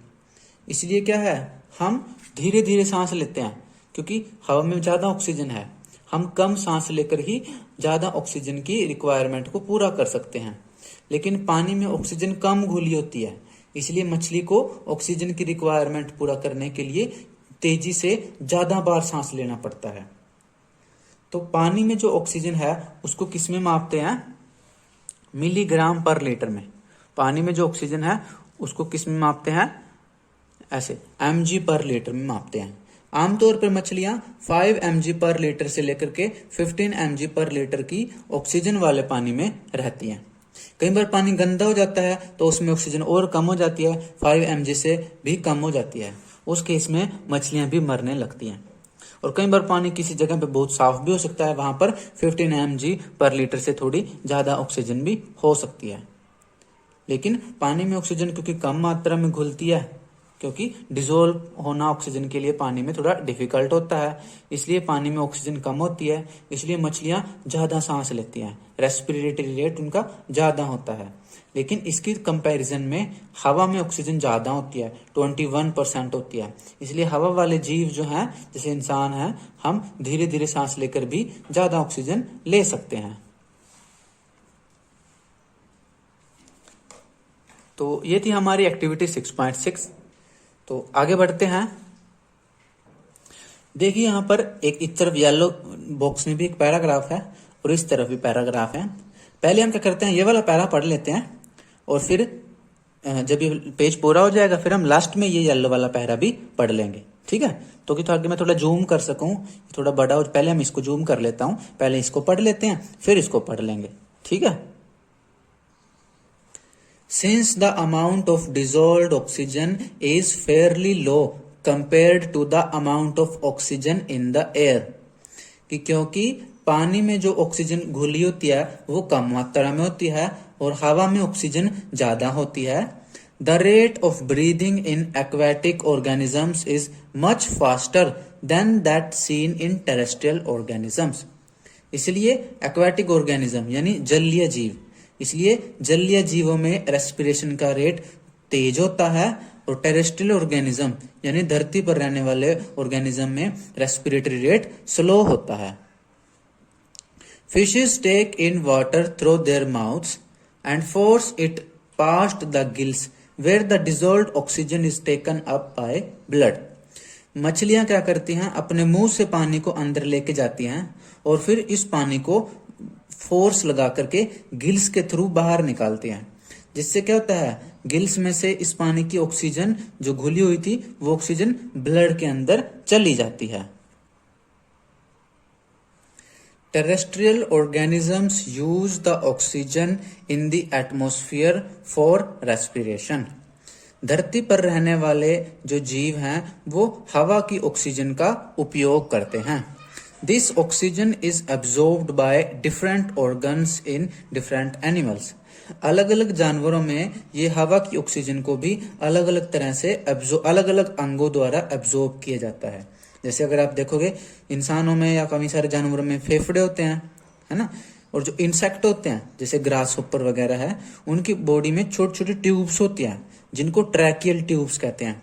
वो ट्रैकियल ट्यूब से सांस लेते हैं। इसी तरह अर्थवॉर्म है, अर्थवॉर्म क्या करता है, अपनी स्किन से सांस लेता है, स्किन से सांस लेता है। तो इस तरह से अलग अलग ऑर्गेनिज्म हैं जो अलग अलग तरीके से सांस लेते हैं।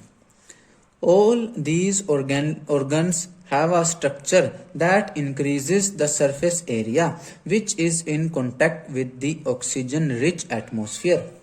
अभी जितने भी जो जानवर हैं इनके अंदर सांस लेने के लिए जो ऑर्गन बने होते हैं उनके अंदर क्या होता है, बहुत ज्यादा सरफेस एरिया होता है। अब ज्यादा सरफेस एरिया से क्या होती है, ज्यादा ऑक्सीजन वाला एटमॉस्फेयर टच में आता है, जिससे ज्यादा मात्रा में ऑक्सीजन एब्जॉर्ब होती है। जैसे हमारे लंग्स में भी क्या है, सरफेस एरिया बहुत ज्यादा होता है। Since the exchange of oxygen and carbon dioxide has to take place across this surface is very fine and delicate। कि ये जो हमारे रेस्पिरेशन वाले ऑर्गन हैं इनमें जो सरफेस होता है वहां पर क्या होती है, ऑक्सीजन और कार्बन डाइऑक्साइड गैस का एक्सचेंज होता है। इसलिए क्योंकि यहाँ पर एक्सचेंज ऑफ गैसेस होना होता है, इसलिए ये सरफेस डेलिकेट होता है यानी नाजुक होता है और बहुत पतला होता है, यानी हमारे लंग्स भी अंदर से बहुत नाजुक हैं। अभी हम आगे पढ़ेंगे, वहां पर एल्वियोलाई होती हैं और वहां उनकी मेम्ब्रेन बड़ी पतली होती है ताकि ब्लड में से और हवा में से गैसेस का एक्सचेंज हो सके। In order to protect this surface, it is usually placed within the body. So there have to be passages that will take air to this area. क्योंकि ये रेस्पिरेटरी जो सरफेस है ये बड़ा नाजुक होता है, डेलिकेट होता है, इसलिए इसकी प्रोटेक्शन के लिए ये कहाँ होता है, बॉडी के अंदर होता है, थोड़ा अंदरूनी तरफ होता है। हमारे लंग्स भी कहाँ है, छाती के अंदर है, और वहां तक हवा पहुंचाने के लिए अलग अलग ऑर्गन होते हैं। जैसे हमारे नाक से हवा होती हुई फिर नाली में से जाती है। In addition, there is a mechanism for moving the air in and out of this area where the oxygen is absorbed. और क्या होते हैं, मैकेनिज्म होते हैं, मतलब कुछ तरीके होते हैं जिन तरीकों से क्या है, ये हवा हमारे रेस्पिरेटरी ऑर्गन तक जाती है और वहां से फिर हवा गैस का एक्सचेंज करने के बाद फिर वो वापस बाहर निकलती है। तो सांस लेने का भी एक स्पेशल मैकेनिज्म होते हैं, यानी तरीके होते हैं। In human beings, figure 6.9, air is taken into the body through the nostrils. कि इंसानों के अंदर जो हवा है वो शरीर के अंदर कहाँ से जाती है, नोस्ट्रिल्स, यानी नाक में जो 2 छेद होते हैं उनसे हवा जाती है, जैसे फिगर 6.9 में दिखाया गया है। तो चलिए हम फिगर 6.9 देखते हैं। देखिए ये रहा फिगर 6.9, ह्यूमन रेस्पिरेटरी सिस्टम। इसमें क्या है, देखो ये नेजल पैसेज, हमारी नाक में 2 छेद होते हैं, यहां से हवा अंदर जाती है। ये माउथ कैविटी है, खाना खाते हैं। ये फेरिंग्स है, गले वाला हिस्सा जहां से फूड भी जाता है और हवा भी जाती है। ये लिरिंग्स है, जहां से हमारी आवाज निकलती है। उसके बाद क्या है, फूड का रास्ता अलग हो जाता है, ओइसोफेगस, और हवा का रास्ता अलग हो जाता है। हवा वाले जो पाइप है उसको बोलते हैं ट्रैकिया। ट्रैकिया में क्या होता है, देखो यहाँ पर रिंग्स ऑफ कार्टिलेज। कार्टिलेज एक स्पेशल तरह का टिश्यू होता है, वो कार्टिलेज के यहाँ पर रिंग्स होते हैं। इसका फायदा क्या होता है, ये पिचकती नहीं, वरना अगर ये पिचक जाएगी तो सांस बंद हो जाएगा, ब्लॉक हो जाएगा। ठीक है, तो यहाँ पर रिंग्स ऑफ कार्टिलेज होते हैं। आगे जाकर 2 लंग्स होते हैं, क्योंकि तो ट्रैकिया 2 भागों में बट जाती है। इनको क्या बोलते हैं, ब्रोंकस। ये एक ब्रोंकस, ये एक ब्रोंकस। ब्रोंकाई प्लूरल शब्द है, तो ये ब्रोंकाई है। आगे भी ये ब्रोंकाइस, आगे फर्दर फिर एक ये आगे ट्यूब और फिर छोटे छोटे ट्यूब्स में बढ़ जाती है, जिनको बोलते हैं ब्रैंक्यूल्स। ब्रैंक्यूल्स फिर आगे छोटे छोटे ट्यूब्स में बदल जाते हैं। फिर लास्ट में ये एक पाउच, एक छोटे से गुब्बारे जैसे, बैलून जैसे स्ट्रक्चर में कन्वर्ट हो जाते हैं, जिनको बोलते हैं एल्वियोलाई या एल्वियोलर सैक, जैसे कि यहाँ दिखा रखा है। अभी इसको भी देखेंगे, इसको भी पढ़ेंगे। हमारे लंग्स के ऊपर क्या होती हैं, देखो ये पसलियां होती हैं, जिनको बोलते हैं रिब्स, है ना। इस तरफ दिखा नहीं रखे, ये अंदर का हिस्सा दिखा रखा है, ये थोड़ा बाहर का हिस्सा दिखा रखा है। तो हमारे अंदर 2 फेफड़े होते हैं, या उसको लंग्स भी कहते हैं। ये नीचे डायफ्राम है। डायफ्राम ये क्या है, मस्कुलर स्ट्रक्चर है। जब हम सांस लेते हैं तो फेफड़े फूल जाते हैं, ये डायफ्राम नीचे हो जाता है, छाती फूल जाती है बाहर। जब हम सांस बाहर निकालते हैं तो छाती अंदर चली जाती है, डायफ्राम ऊपर चला जाता है। और ये जो हमने एल्वियोली दिखाई थी, एल्वियोलाई क्या है, ये छोटे छोटे गुब्बारे जैसे स्ट्रक्चर हैं। लास्ट में हवा कहाँ चली जाती है, एल्वियोलाई में चली जाती है। लाखों एल्वियोलाई होते हैं हमारे लंग्स में, तो यहाँ हवा चली जाती है। ठीक है, देखिए लंग्स पूरा अंदर से एक गुब्बारा नहीं होता, बल्कि इसमें लाखों छोटे छोटे गुब्बारे होते हैं, जिनको एल्वियोलाई कहते हैं। यहाँ पर बीच में हवा चली जाती है और एल्वियोलाई के वॉल में ब्लड आ जाता है। तो हवा में से ऑक्सीजन ब्लड में चली जाती है, ब्लड में से कार्बन डाइऑक्साइड हवा में आ जाती है, हवा फिर बाहर निकाल दी जाती है। तो ये था ह्यूमन रेस्पिरेटरी सिस्टम का diagram. The air passing through the nostrils is filtered by fine hairs that line the passage. कि जब नाक के अंदर से हवा जाती है तो नाक में छोटे छोटे बाल होते हैं, पतले पतले, जो हवा को छानने का काम करते हैं, डस्ट पार्टिकल को पीछे ही फिल्टर कर देते हैं। The passage is also lined with mucus which helps in this process. और नाक के अंदर क्या होता है, एक चिपचिपा पदार्थ भी होता है जिसको म्यूकस कहते हैं, है ना। जैसे हम गाँव की भाषा में तो सिणक कह देते हैं, अभी सिणक आ गया, सींड आ गया। वो क्या है, एक चिपचिपा पदार्थ होता है जिसमें क्या है, धूल मिट्टी के कण वहीं चिपक जाते हैं और साफ हवा अंदर चली जाती है। ये क्या है, ये एयर को फिल्टर करने का काम करता है। बैक्टीरिया वगैरह इस म्यूकस में ही चिपक जाते हैं, अंदर नहीं जा पाते हैं। From here the air passes through the throat and into the lungs. फिर नाक से होती, अच्छा ये म्यूकस को क्या है, फालतू तो हम नाक से बाहर निकाल देते हैं इसको, जुकाम वगैरह में ज्यादा बहने लगता है। और उसके बाद जब हवा कहाँ जाती है, नाक से होती है वो गले में से, थ्रोट में से होती हुई कहाँ चली जाती है, लंग्स में, फेफड़ों में चली जाती है। Rings of cartilage are present in the throat.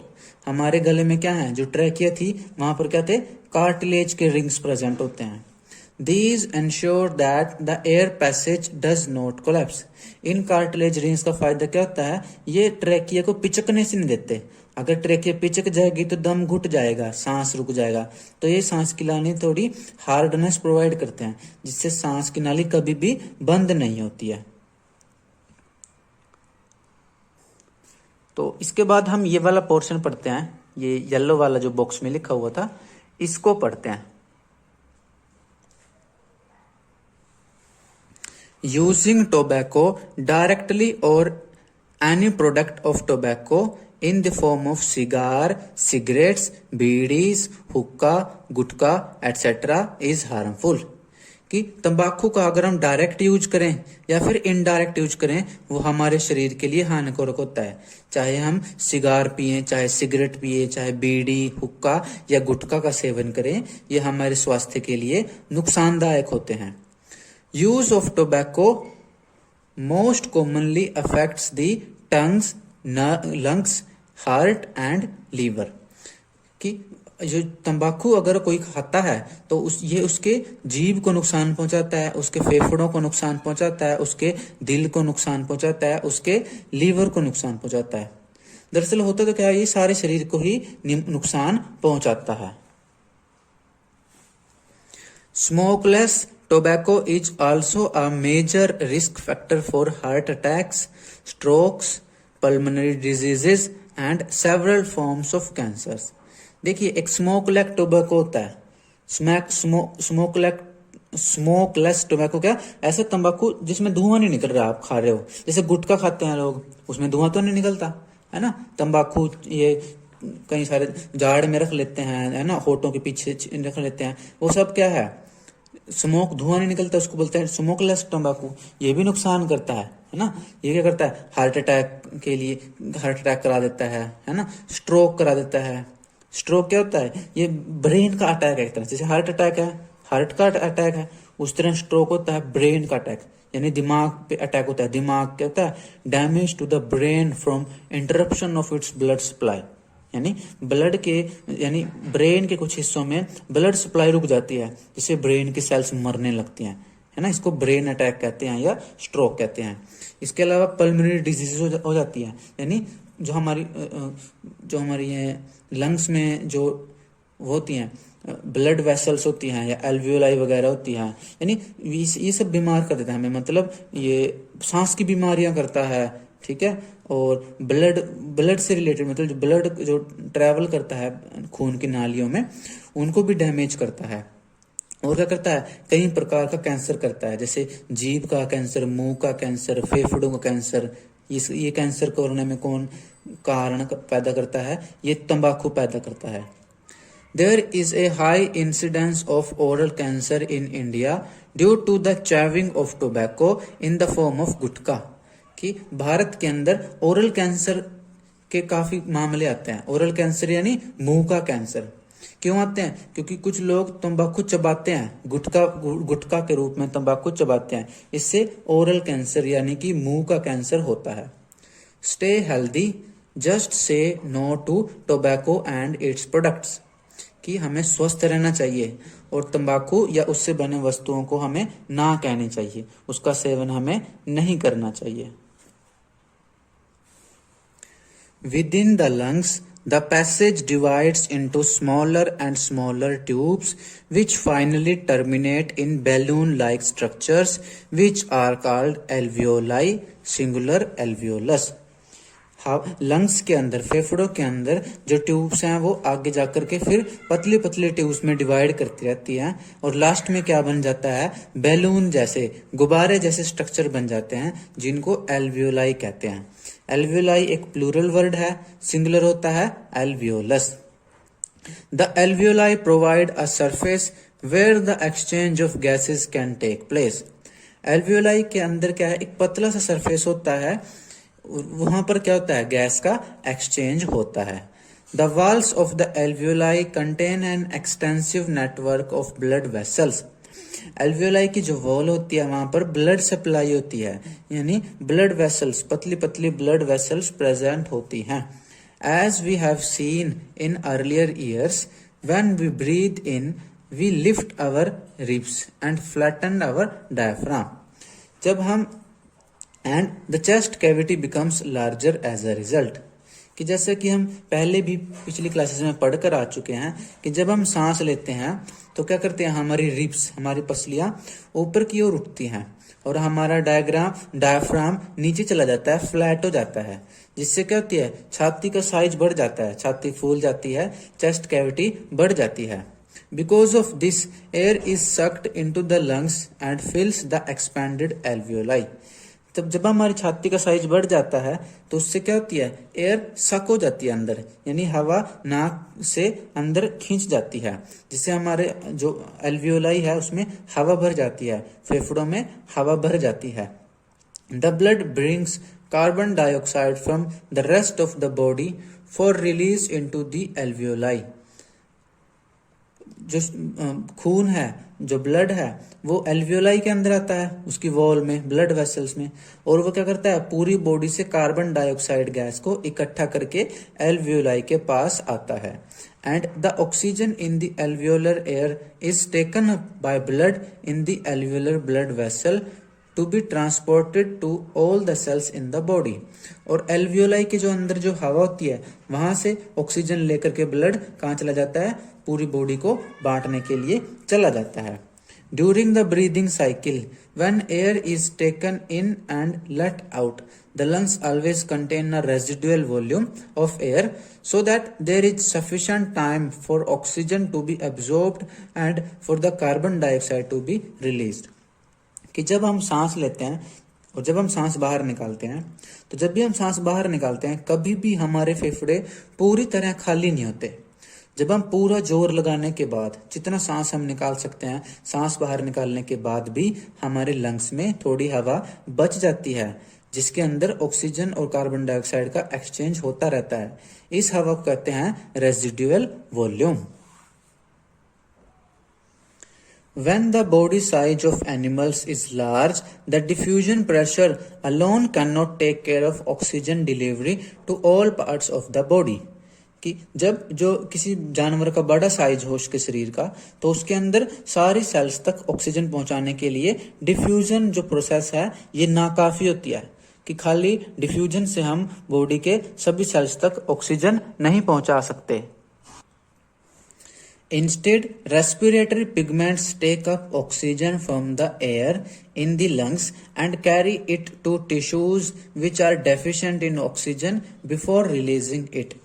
तो उन केस में क्या होता है, जो जानवर बड़े बड़े हैं उनके अंदर रेस्पिरेटरी पिगमेंट होता है ना, रेस्पिरेशन के लिए एक कलर्ड पिगमेंट होता है जो क्या करता है, ऑक्सीजन को लंग्स से लेकर के जाता है और जहां जहां ऑक्सीजन की जरूरत है वहां वहां तक उसको पहुंचाता है।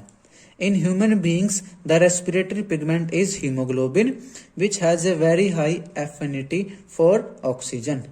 इंसान के अंदर जो ये रेस्पिरेटरी पिगमेंट है इसका नाम हीमोग्लोबिन होता है, ये लाल रंग का होता है और ये ऑक्सीजन के साथ कंबाइन कर सकता है, उसके साथ जुड़ सकता है। This pigment is present in the red blood corpuscles, कि हमारे जो खून में जो आरबीसी होती हैं, रेड ब्लड सेल होती हैं, उनके अंदर ये रेड कलर का हीमोग्लोबिन प्रेजेंट होता है। Carbon dioxide is more soluble in water, तो इसलिए हमारे ब्लड का रंग लाल होता है क्योंकि इसमें हीमोग्लोबिन होता है। जैसे ऑक्टोपस है, उसके ब्लड में हीमोग्लोबिन नहीं होता, एक दूसरा पिगमेंट होता है, वो नीले कलर का होता है, इसलिए हीमोग्लोबिन का, इसलिए ऑक्टोपस का ब्लड कुछ नीले कलर का होता है। तो जैसा ये ब्लड रेस्पिरेटरी पिगमेंट जिस कलर का होगा, ब्लड का रंग भी वैसा ही होता है।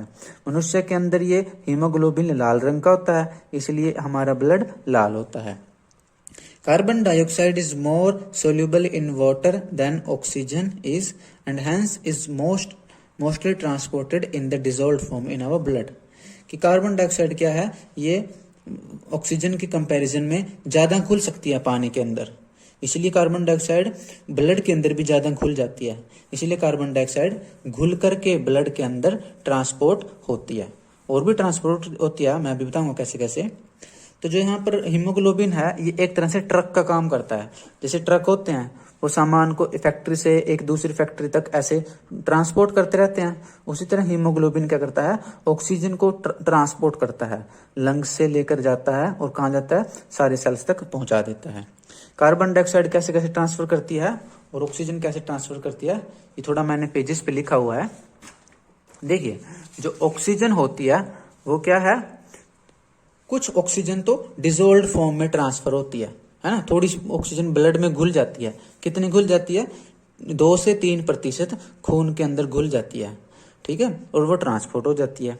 इसके अलावा कुछ ज्यादा जो ऑक्सीजन है 97 to 98% वो क्या करती है, हीमोग्लोबिन के साथ कंबाइन हो जाती है और क्या बनाती है, ऑक्सी हीमोग्लोबिन, और ऑक्सी हीमोग्लोबिन की फॉर्म में वो ट्रांसपोर्ट होती है।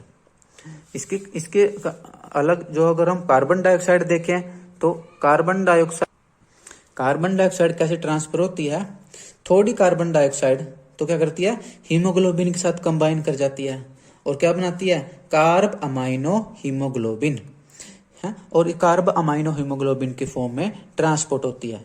कितनी, ऑलमोस्ट 5%। और कुछ जो कार्बन डाइऑक्साइड है वो क्या है, ब्लड में घुल जाती है, खाली नॉर्मली एज इट इज घुल जाती है 5% और ट्रांसपोर्ट होती है। कुछ कार्बन डाइऑक्साइड क्या करती है, ब्लड में बाइकार्बोनेट आयन बनाती है, क्या बनाती है, HCO3 नेगेटिव, यानी इसको बोलते हैं बाइकार्बोनेट आयन, और इस आयन के फॉर्म में वो ट्रांसपोर्ट होती है। तो सबसे ज्यादा जो कार्बन डाइऑक्साइड है 90% वो बाइकार्बोनेट आयन की फॉर्म में ट्रांसपोर्ट होती है। कुछ कार्बन डाइऑक्साइड घुल जाती है और कुछ हीमोग्लोबिन के साथ कंबाइन होकर भी ट्रांसपोर्ट होती है। तो इस तरह से ऑक्सीजन और कार्बन डाइऑक्साइड ब्लड के अंदर ट्रांसपोर्ट होते हैं। इसके अलावा यहाँ पर एक येलो बॉक्स में और थोड़ा लिखा हुआ है, देखिए, डू यू नो, कि क्या आप जानते हो, smoking is injurious to health, कि धूम्रपान करना यानी स्मोकिंग करना स्वास्थ्य के लिए हानिकारक है। फिल्मों वगैरह में भी देखते हो, जब फिल्म शुरू होती है तो उसमें लिखा आता है smoking and drinking is injurious to health, कि धूम्रपान करना और शराब पीना सेहत के लिए हानिकारक है। इसके अलावा जो बीड़ी सिगरेट के जो पैकिंग आती है उस पर भी लिखा होता है कि smoking is injurious to health. Lung cancer is one of common causes of deaths in the world, कि संसार में जो काफी लोग जो हैं वो लंग कैंसर से, फेफड़ों के कैंसर से भी मर जाते हैं।